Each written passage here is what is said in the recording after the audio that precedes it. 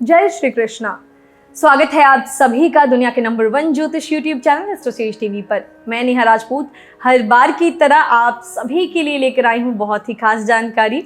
उम्मीद करती हूँ मेरे वीडियो की शुरुआत में बोले गए शब्द से ही आप पता कर लिया होगा आपने कि किस चीज़ के बारे में मैं आपको आज जानकारी दूंगी। जी हाँ, कृष्ण जी के बारे में, क्योंकि 30 अगस्त को यानी सोमवार के दिन जन्माष्टमी है। तो आज मैं आपको बताऊंगी कि जन्माष्टमी के दिन कौन से शुभ संयोग बन रहे हैं, साथ ही किन सामग्री का इस्तेमाल करना है पूजा में, आपके लिए शुभ मुहूर्त क्या है, राशि अनुसार भी मैं आपको कुछ जानकारियां दूंगी। तो दोस्तों, कृष्ण जन्माष्टमी यानी माखन चोर नंदन लाल का जन्मोत्सव प्रत्येक वर्ष भाद्रपद मास की कृष्ण पक्ष की अष्टमी के दिन कृष्ण जन्माष्टमी का ये त्योहार मनाया जाता है। कहते हैं इसी दिन मथुरा नगरी में कंस के कारावास में देवकी ने अपनी 8वीं संतान के रूप में श्री कृष्ण भगवान को जन्म दिया था और तभी से श्री कृष्ण के जन्मदिन को भव्य रूप से मनाने की परंपरा की शुरुआत हुई। श्री कृष्ण जन्माष्टमी विशेष इस अपने वीडियो के माध्यम से मैं आपको बताऊंगी पूजा मुहूर्त, महत्व, इस दिन बनने वाले शुभ योगों के बारे में, पूजा में इस्तेमाल की जाने वाली आवश्यक सामग्री के बारे में। तो सबसे पहले जान लीजिए कि मुहूर्त क्या है, तिथि क्या है। तो वैष्णव्य और सामर्थ्य संप्रदाय के अनुसार तिथि 30 अगस्त यानी सोमवार है। हर साल अलग अलग तिथि पर होता है, लेकिन इस बार दोनों के लिए तिथि 30 अगस्त ही है। निश्चित पूजा मुहूर्त की बात करें तो रात को 11:59 से 12:44 तक निश्चित पूजा मुहूर्त है। यह अवधि है 44 मिनट की। जन्माष्टमी का पारणा होगा प्रातः अगले दिन 31 अगस्त को 5:57 के बाद से। यह आपको जानकारी स्क्रीन पर भी दिख गई होगी। ध्यान रहे कि वैष्णव और सामर्थ्य संप्रदाय मत को मानने वाले लोग इस त्योहार को अलग अलग नियमों से मनाते हैं। मुख्य तौर पर देखा जाए तो जन्माष्टमी का व्रत वो 2 दिन रखा जाता है। पहले दिन सामर्थ्य समुदाय के लोग कृष्ण जन्माष्टमी का व्रत करते हैं और दूसरे दिन वैष्णव समुदाय के लोग कृष्ण जन्माष्टमी का व्रत करते हैं। अगर आपको आसान शब्दों में बताऊं मैं तो पहले दिन साधु संत समाज के लोग व्रत करते हैं और दूसरे दिन गृहस्थ जीवन बिताने वाले लोग व्रत करते हैं। हालांकि इस साल साधु संत और गृहस्थ दोनों लोग ही 30 अगस्त को जन्माष्टमी का व्रत करेंगे। तो जो मैंने वीडियो की शुरुआत में आपको वैष्णव और सामर्थ्य की बात की थी, तो वो आपको समझ में आ गया कि किन लोगों के लिए था, साधु संतों के लिए और गृहस्थों के लिए। तो हर कोई इस बारी 30 अगस्त को ही जन्माष्टमी का व्रत करेगा। ये जन्माष्टमी का जो दिन है ये बहुत ही खास है क्योंकि कुछ शुभ संयोग बन रहे हैं। इस साल श्री कृष्ण जन्माष्टमी सोमवार के दिन हर्षण योग बन रहा है। ज्योतिष शास्त्र में हर्षण योग को बहुत ही शुभ और मंगलकारी माना जाता है। ज्योतिष के अनुसार हर्षण योग में किए जाने वाले सभी कार्यों में सफलता प्राप्त होती है। वहीं सूर्य उदय कालीन समय के आधार पर कृष्ण जन्माष्टमी 30 अगस्त सोमवार को प्रातः 6:01 पर कुंडली में चतुसागर योग बन रहा है। इसके अलावा श्री कृष्ण जन्माष्टमी के दिन कृतिका और रोहिणी नक्षत्र भी रहेगा। जिन जातकों का जन्म इस तिथि को होगा वह राष्ट्र के लिए एक नायक होंगे और राष्ट्र निर्माण में उनकी भागीदारी हमेशा याद रखी जाएगी। इस दिन सूर्य और मंगल सिंह राशि में स्थित होंगे। चंद्र, राहु, केतु उच्च राशि में है, बुध उच्च राशि में है, शनि अपनी राशि में है और बृहस्पति लगन को देख रहा है। तो ये शुभ संयोग बन रहा है जो कि जन्माष्टमी को और भी खास बना देगा। अगर हम कृष्ण जन्माष्टमी के महत्व की बात करें तो प्रभु श्री कृष्ण की लीलाओं से भला कौन परिचित नहीं है। जीवन के अलग अलग पड़ावों में उन्होंने अलग अलग महिमाओं का प्रदर्शन किया और समय समय पर लोगों को राक्षसों और उत्पातियों के उत्पात से बचाया। ऐसे में कहा जाता है कि जन्माष्टमी के दिन जो लोग प्रभु श्री कृष्ण के लिए व्रत उपवास करते हैं, भजन कीर्तन करते हैं और विधि पूर्वक उनकी पूजा करते हैं, उनके जीवन में हमेशा खुशियां बनी रहती हैं। यही वजह है कि श्री कृष्ण जन्माष्टमी के दिन लोग कृष्ण मंदिरों में अपने घरों को फूलों और दियों से रोशनी से सजाते हैं। मथुरा और वृंदावन में इस त्योहार का भव्य रूप देखने को मिलता है। इसके अलावा बहुत सी जगहों पर इस दिन श्री कृष्ण लीलाओं का प्रदर्शन भी किया जाता है, जिसमें श्री कृष्ण के जीवन के दर्शन कराए जाते हैं, क्योंकि भगवान श्री कृष्ण का जन्म मध्य रात्रि में हुआ था। इसीलिए कृष्ण जन्माष्टमी के दिन मध्य रात्रि में ही शिशु कृष्ण की मूर्ति को नहलाया जाता है और फिर उन्हें पालने में रखकर झूला झुलाया जाता है। दोस्तों, कृष्ण जन्माष्टमी के दिन दही हांडी महोत्सव का भी को मनाया जाता है। तो इसका महत्व क्या है?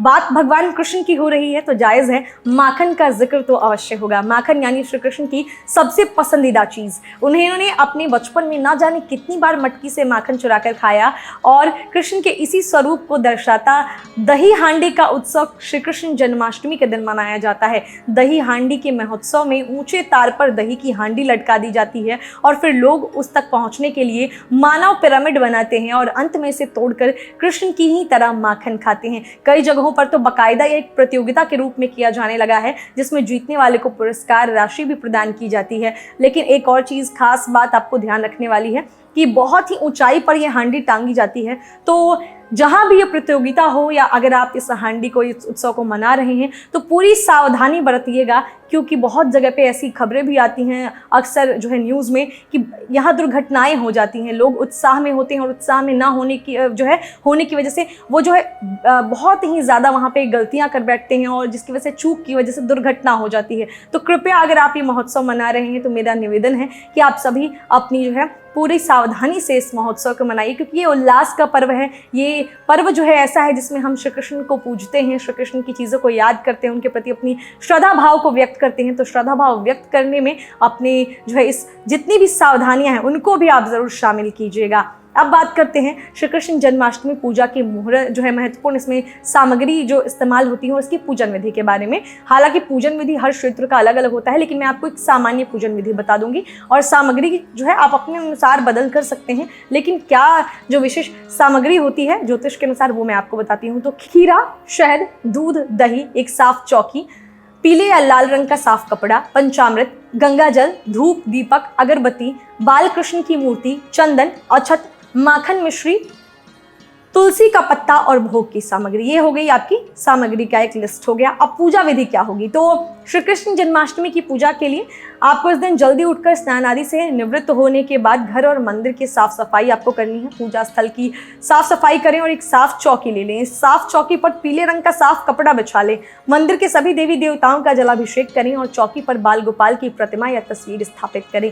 इस दिन बाल गोपाल को झूले में बिठाएं, उन्हें झूला झुलाएं और उन्हें लड्डू या उनके पसंदीदा वस्तुओं का भोग लगाएं। बाल गोपाल की अपने बेटे की तरह सेवा करें। श्री कृष्ण जन्माष्टमी के दिन रात्रि पूजा का विशेष महत्व होता है, क्योंकि श्री कृष्ण का जन्म मध्य रात्रि में हुआ था। ऐसे में मध्य रात्रि में श्री कृष्ण की विशेष पूजा अर्चना करें। भगवान श्री कृष्ण को माखन मिश्री, घी आदि का भोग लगाएं। अंत में उनकी आरती करें और सभी में प्रसाद को अवश्य वितरित कर दें। तो ये हो गया आपके लिए पूजा विधि। बाकी आपके अपने क्षेत्रीय स्थान पर जैसे पूजा होती है आप कर सकते हैं। कुछ उपाय जो है आपको ज़रूर करने चाहिए जन्माष्टमी के दिन श्री कृष्ण को प्रसन्न करने के लिए। तो इससे क्या होता है, व्यक्ति की सभी मनोकामनाएं पूरी होती हैं और साथ ही जो निसंतान दंपत्ति हैं उनको संतान सुख भी मिलता है। तो चलिए जानते हैं कि किन आसान उपायों को करके आप भगवान श्री कृष्ण का आशीर्वाद अपने जीवन में प्राप्त कर सकते हैं। तो आर्थिक परेशानियों से जो लोग जूझ रहे हैं, पैसे की तंगी है, तो श्री कृष्ण जन्माष्टमी के दिन अपने घर पर गाय और बछड़े की मूर्ति ले आएं। संतान प्राप्ति के लिए भी आप गाय और बछड़े की मूर्ति अपने घर में लाकर रख लें। इसके अलावा श्री कृष्ण जन्माष्टमी के दिन यदि आप भगवान श्री कृष्ण को परिजात के फूल अर्पित करते हैं तो इससे आपको भगवान श्री कृष्ण की प्रसन्नता हासिल होती है। अगर आप सभी मनोकामनाओं की पूर्ति चाहते हैं और जीवन में सुख सुविधा चाहते हैं तो श्री कृष्ण जन्माष्टमी के दिन भगवान कृष्ण को चांदी की बांसुरी अर्पित करें। अगर वास्तु दोष समस्या है तो आपको श्री कृष्ण जन्माष्टमी के दिन अपने घर में मोर पंख लाकर रखने की मैं सलाह दूंगी। इसके अलावा श्री कृष्ण जन्माष्टमी के दिन यदि आप 5 मोर पंख लाकर अपने मंदिर में रख लेते हैं और उसकी प्रतिदिन पूजा करते हैं तो उससे आपके जीवन की तमाम आर्थिक परेशानियां दूर होती हैं और आपके जीवन में धन संपत्ति में वृद्धि होने लगती है। तो ये कुछ उपाय हैं जो आप करते हैं तो हर तरीके की परेशानियां दूर होंगी। अब मैं आपको राशि अनुसार बता देती हूँ कि किस राशि के जातक को जो है भगवान श्री कृष्ण को किन चीज़ों का भोग तो अवश्य लगाना है इस जन्माष्टमी। तो सबसे पहले मेष राशि के जातक आप मिश्री का भोग लगाएं। वृषभ राशि के जातक माखन का भोग लगाएं। मिथुन राशि के जातक दही का भोग लगाएं। कर्क राशि के जातक मक्खन का भोग लगाएं। सिंह राशि के जातक माखन मिश्री का भोग लगाएं। कन्या राशि के जातक लाल फल का भोग जरूर लगाएं। तुला राशि के जातक देसी घी का भोग जरूर लगाएं। वृश्चिक राशि के जातक खीर का भोग लगाएं। धनु राशि के जातक पूजा में मक्खन मिश्री का भोग लगाएं। मकर राशि के जातक सफेद मिठाइयों का भोग लगाएं। कुंभ राशि के जातक पंजीरी का भोग लगाएं और मीन राशि के जातक केले का भोग लगाएं। तो मैंने आपको बता दिया कि राशि अनुसार आपको भोग में अपने इन सामग्रियों को ज़रूर शामिल करना है जो मैंने आपको बताई हैं। तो उम्मीद करते हैं ये जानकारियाँ आपको अच्छी लगी होंगी।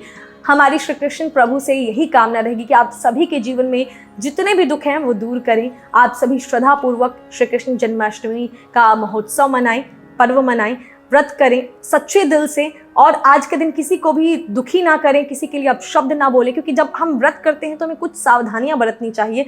भूखे प्यासे रहने के अलावा हमें कभी किसी के लिए व्रत के समय अपने मुंह से जो है कुछ गलत शब्द नहीं बोलना चाहिए, कड़वे शब्द नहीं बोलना चाहिए। साथ ही हमें किसी का दिल नहीं दुखाना चाहिए, मन में पाप नहीं रखना चाहिए। इससे भी व्रत का हमें दोगुना फल मिलता है। तो ये चीज़ें भी ज़रूर आप रखिएगा। पूरे उत्साह के साथ, सावधानी के साथ इस व्रत को मनाइए, श्री कृष्ण को प्रसन्न कीजिए।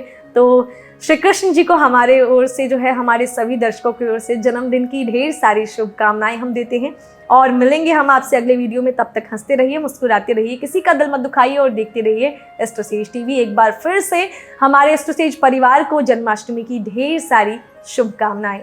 नमस्कार।